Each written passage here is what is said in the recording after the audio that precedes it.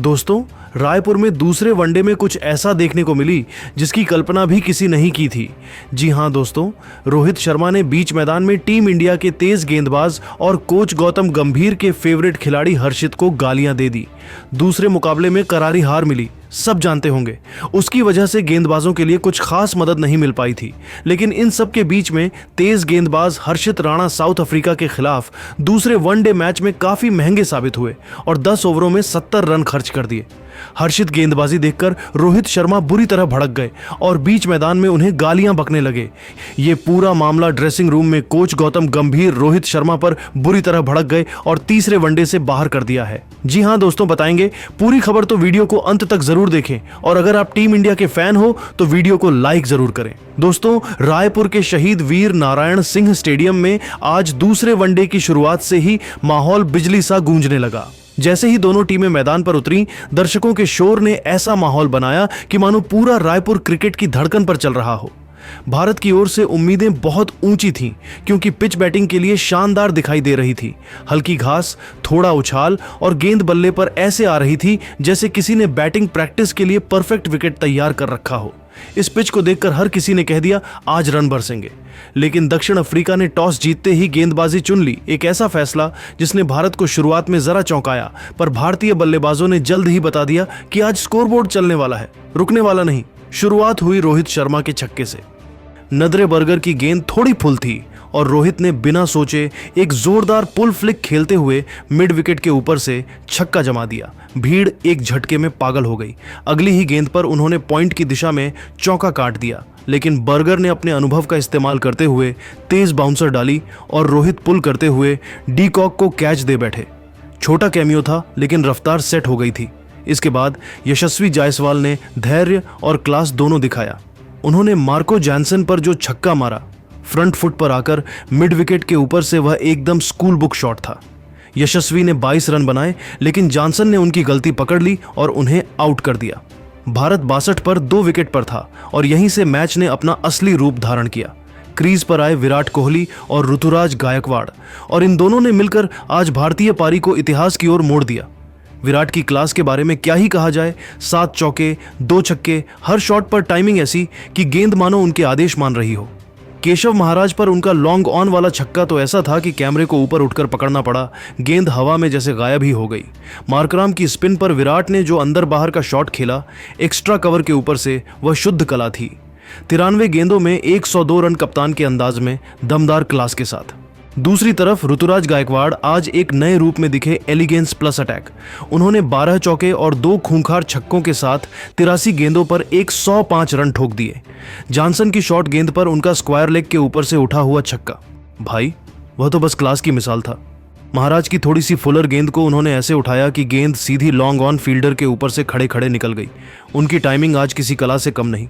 जब ये दोनों सेट हो गए, दक्षिण अफ्रीका की गेंदबाजी पूरी तरह बिखर गई।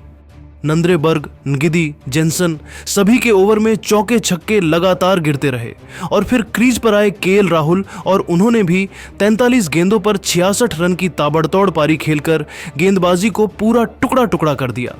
अंत में भारत ने 50 ओवर में 5 विकेट के नुकसान पर 358 रन बनाकर दक्षिण अफ्रीका के सामने एक पहाड़ जैसा लक्ष्य रख दिया। लेकिन असली कहानी अभी बाकी थी। अब बारी थी चेज की। दक्षिण अफ्रीका इस 358 के विशाल लक्ष्य का पीछा करने उतरी और शुरुआत थोड़ी घबराहट वाली रही। चौथे ओवर में ही क्विंटन डी कॉक को अर्शदीप सिंह ने आउट कर दिया।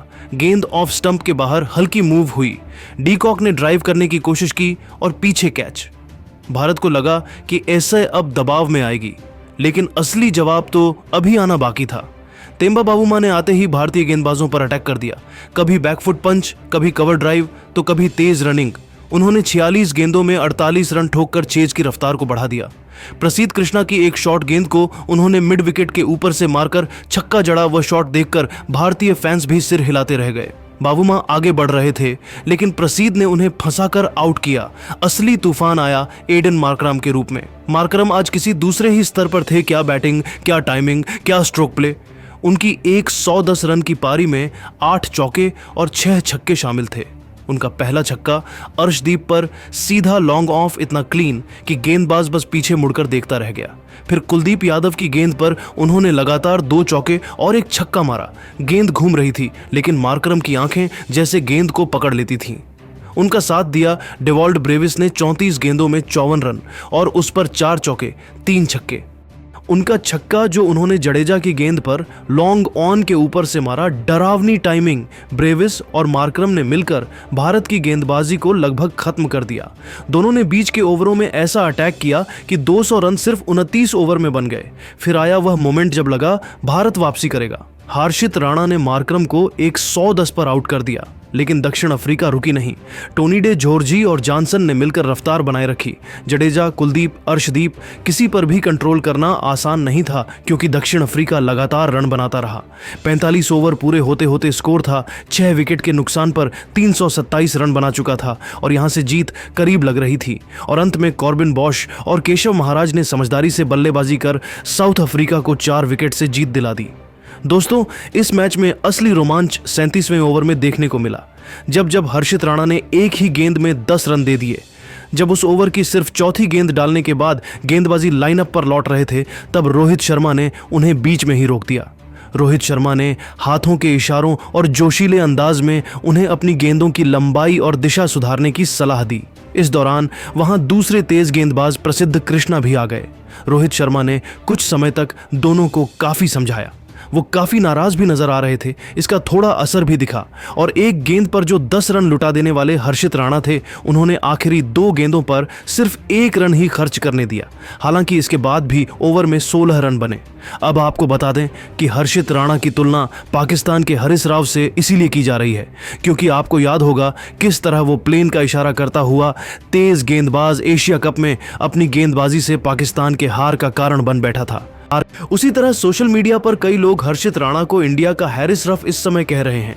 और जिस तरीके से हर्षित राणा ने गेंदबाजी की, कहीं ना कहीं रोहित शर्मा उस पर भड़क उठे थे और रोहित शर्मा सलाह दे रहे थे कि जिस लेंथ पर हर्षित राणा गेंदबाजी कर रहे थे उसमें कुछ सुधार लाया जाए। लेकिन मैच खत्म होने के बाद जैसे रोहित शर्मा टीम के साथ ड्रेसिंग रूम में पहुंचे तो गौतम गंभीर ने हिटमैन को रोककर पूरा मामले के बारे में पूछने लगे। लेकिन अचानक से गौतम गंभीर तेज आवाज में रोहित शर्मा से बात करने लगे और उन्होंने सारेआम कहा, हर्षित को गाली क्यों दी? रोहित ने इसके जवाब में साफ कहा, मैंने उसे जिस लाइन में गेंद डालने को बोला उसने नहीं डाली और मैच फंसा हुआ था। लेकिन गौतम गंभीर ने रोहित की एक ना सुनी और साफ कहा, आज के बाद मैदान में खिलाड़ी को गाली मत देना। इतना ही नहीं दोस्तों, गौतम गंभीर ने जब तीसरे वनडे के लिए भारत की प्लेइंग 11 का ऐलान किया तो उसमें रोहित शर्मा को बाहर कर तिलक वर्मा को मौका दिया है। अब देखना होगा इसको लेकर रोहित शर्मा का क्या रिएक्शन रहता है। दोस्तों, आपको क्या लगता है भारत की इस हार का असली विलेन कौन है? कमेंट करके अपनी राय जरूर बताएं और ऐसे ही रोमांचक वीडियो के लिए हमारे चैनल को सब्सक्राइब जरूर कर लें। दोस्तों, इंडिया के हरीश राव को रोहित शर्मा ने सुनाई गालियां, बीच मैच में क्यों भड़के? हिटमैन भारतीय टीम को साउथ अफ्रीका के खिलाफ वनडे सीरीज के दूसरे मुकाबले में करारी हार मिली। सब जानते होंगे उसकी वजह से गेंदबाजों के लिए कुछ खास मदद नहीं मिल पाई थी। लेकिन इन सब के बीच में तेज गेंदबाज हर्षित राणा साउथ अफ्रीका के खिलाफ दूसरे वनडे मैच में काफी महंगे साबित हुए और 10 ओवरों में 70 रन खर्च कर दिए। हर्षित गेंदबाजी देखकर रोहित शर्मा बुरी तरह भड़क गए और बीच मैदान में उन्हें गालियां बकने लगे। ये पूरा मामला कैमरे में हो गया और मैच खत्म होने के बाद हर्षित राणा ने रोहित शर्मा के गालियां बकने पर बड़ा खुलासा किया है। जी हां दोस्तों, बताएंगे पूरी खबर, तो वीडियो को अंत तक जरूर देखें और अगर आप टीम इंडिया के फैन हो तो वीडियो को लाइक जरूर करें। दोस्तों, रायपुर के शहीद वीर नारायण सिंह स्टेडियम में आज दूसरे वनडे की शुरुआत से ही माहौल बिजली सा गूंजने लगा।